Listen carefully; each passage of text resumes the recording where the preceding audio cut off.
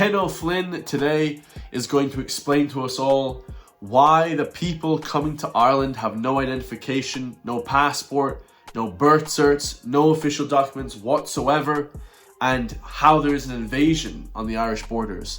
Now, to the best of my knowledge, I put up a picture recently, the cows, the cattle of Ireland have passports. Every single one has a passport, a cow, an animal that we get beef off.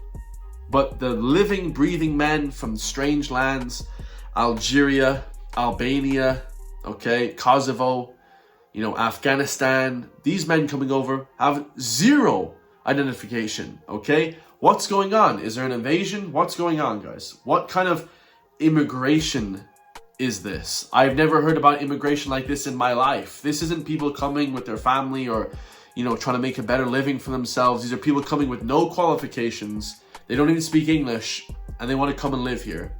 I don't know what's going on. We're about to find out today. Like, comment, subscribe. Welcome back to County Gains News Media, the only news media that is honest and non-biased, that tells you the truth rather than all those other bullshitters. So let's hear exactly what Ken O'Flynn has to say. It's confirmed that people can enter this country without identification, claim asylum, sign a sworn affidavit saying who they are without proving who they are, or we being able to check or putting the balances there, and we're not even counting those. I have 4 questions that I put down to both your department and the Department of Foreign Affairs that confirms all this. Thank you, Count Corla. Minister, I want to highlight a serious contradiction at the heart of the immigration and passport system, one that raises serious concerns for national security, consistency and public trust. Minister. National security, there's none of that. Public trust, there's none of that. Every single person I talk to, from coast to coast, Galway to flipping Dublin, from flipping Donegal to Cork, nobody trusts anything the Irish government are saying anymore. They've lied to us so much. They lie to us en masse. And then we expect them to believe them on something so serious like this? Come on. If I may, let me start with the Irish passport system. Every Irish citizen, as you will know, goes through a rigorous process to get a passport. Parents applying for their first child's passport must submit the long-form birth certificate, photographic ID, proof of address, and have them all signed off by An Garda Síochána. It takes weeks, sometimes months for that standard, which is strict, but it should be. Now, if we look at what's happening on another arm of the state, people who enter Ireland with no identification at all, no passport, no birth certificate, no official documents, are being allowed to apply for asylum and later, in some cases, Irish citizenship. And in certain circumstances, they cannot obtain ID, but they are allowed to submit a sworn affidavit instead, a legal document that simply declares who you are. Once that affidavit is accepted, and if a citizen is granted from the Department of Foreign Affairs, then it is accepted naturalisation certificate without question, without issue, and sometimes following that is the issuing of the passport, no further checks or no further balances or no further questions. Zero checks and balances. I've said this before, 0 checks and balances, no audits of the country. These affidavits, guess what? You can just lie on them. Shit, everyone lies on them. People lie in court. People lie all the time. They lie with their taxes. They lie with everything. You don't think they're going to lie to try and give themselves a better life? Oh, they're doing a sworn affidavit. Who gives a shit? People lie all the time. It's nonsense. That's not a reason to give somebody a passport and a citizenship. And now they have them recruiting them at police stations, Gardaí stations. Shit is ludicrous. This is like clown world. This is like, what sort of country is this? Citizenship should be strict to get. It should be like in Japan or the Middle East. 20 years, you have to live somewhere. You have to speak the language fluently, Irish. You have to own a home. You have to do a lot of these different things. As you have to flip and integrate into the culture. You have to integrate with the heritage. Something that will tie you to the land. Because a lot of these people that get citizenships are globalists. And then once there's a war or once something shit happens or there's another recession, they'll just go back home. Or they'll just go to another country. And it's just like taking resources from lands that they have no right in being in. Plain and simple. Minister, this raises a serious issue. We now have a situation where one arm of the state is applying rigorous verification standards and another is accepting unverified personal claims in the form of sworn statements without any way to confirm the truth. Crazy. Even more worrying, in a reply from my parliamentary questions to both the Department of Foreign Affairs and the Department of Justice, confirms that we do not track and we do not count the many people who are granted the citizenship or passports in this way. So they're not even tracking people that get passports and citizenships. Like, everybody is the same. Once you get your citizenship, it's the same as if you're a refugee, or it's the same as if, Michael O'Brien there that lived here, 10,000 years with his family and his heritage down the way, that's his parents are dead and buried here. They're the same sort of citizenship. That's crazy, guys. There needs to be a higher kind of status of people. Like, I don't really know, guys. Like, every other country in the world laugh at us. I mean, any Asian country, any African country laughs at us when it comes to citizenship, guys. It's just only in the Western world do we invent these bullshit things, diversity and inclusion. Well, it's only good if people benefit your society. If you're gonna have people come to your country and then not do shit, it's like, that's not going to be beneficial, guys. Come on. The state is simply not counting them. Just to put that number in perspective for you, Minister, 775,000 passports were issued in January to August 2024. Jesus. And it is anticipated that this year the number will raise to 1 million passports at the end of the year. 1 million passports a year? But sure, there's only 5 million people living here. What the fuck? This is crazy. 56,000 of those were from the county of Cork, my own constituency. And of course, the vast majority of these are legitimate. But should we now take all those applications were subject to scrutiny and based on full verification? Minister, this is not about compassion, or it is about consistency. It is about national security, and it is about waking up to the fact that naivety, or laxity can be weaponized against us.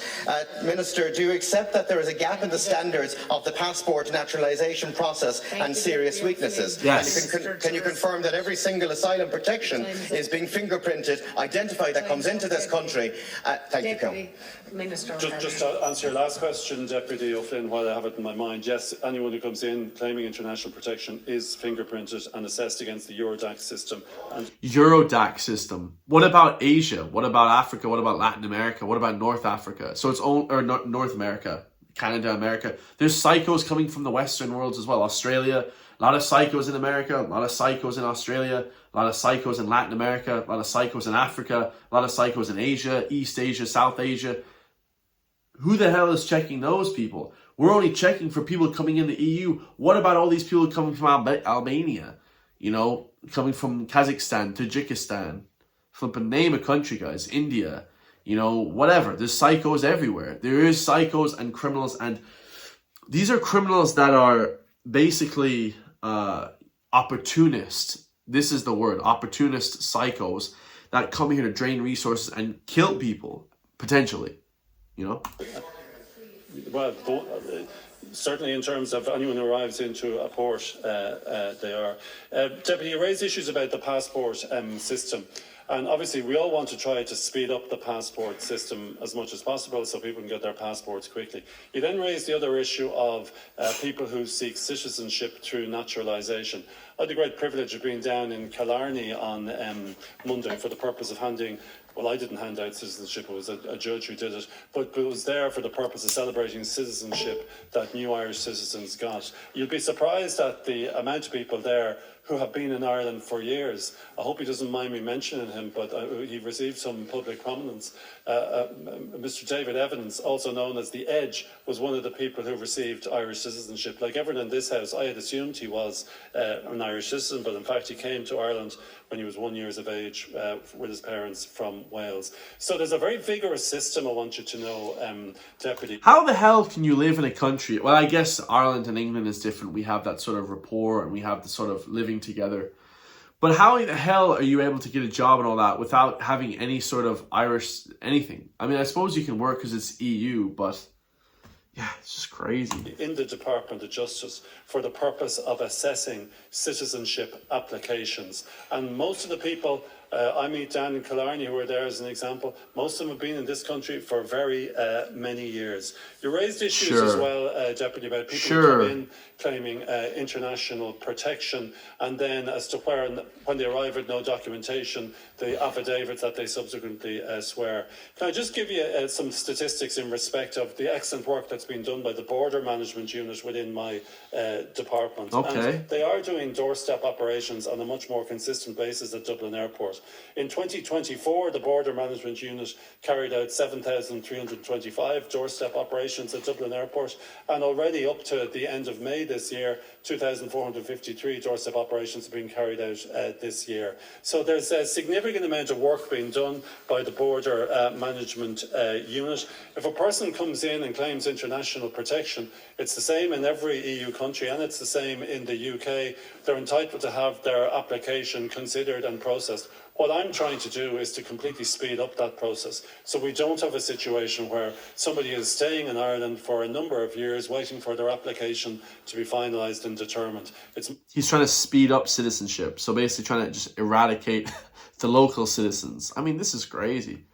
This is crazy, guys. I mean, what the hell? This country is just lost its fucking mind. Much fairer for them, and indeed on the system generally, if people are given prompt decisions. And if we get prompt decisions, if we get decisions that are made within a period of 3 months, at first instance on appeal, as I'm seeking to do, that won't create the type of situation that you're concerned about, where people who either, if they have been granted international protection and they're perfectly entitled to stay, and they may subsequently apply for citizenship, but if they haven't been granted international protection, they won't be entitled to stay. So I think that is the way the system is dealing with it, Deputy O'Flynn. It's a complicated issue, but in terms of the vigilance within the Department of Justice and indeed Department of Foreign Affairs, I think it's at a high level. Deputy O'Flynn to respond. Thank you, Ciarán. Minister, are you satisfied that it is acceptable that Irish passports and citizenships can be granted without proper documentation by your government? That's the question here, Minister. That's what it really is about.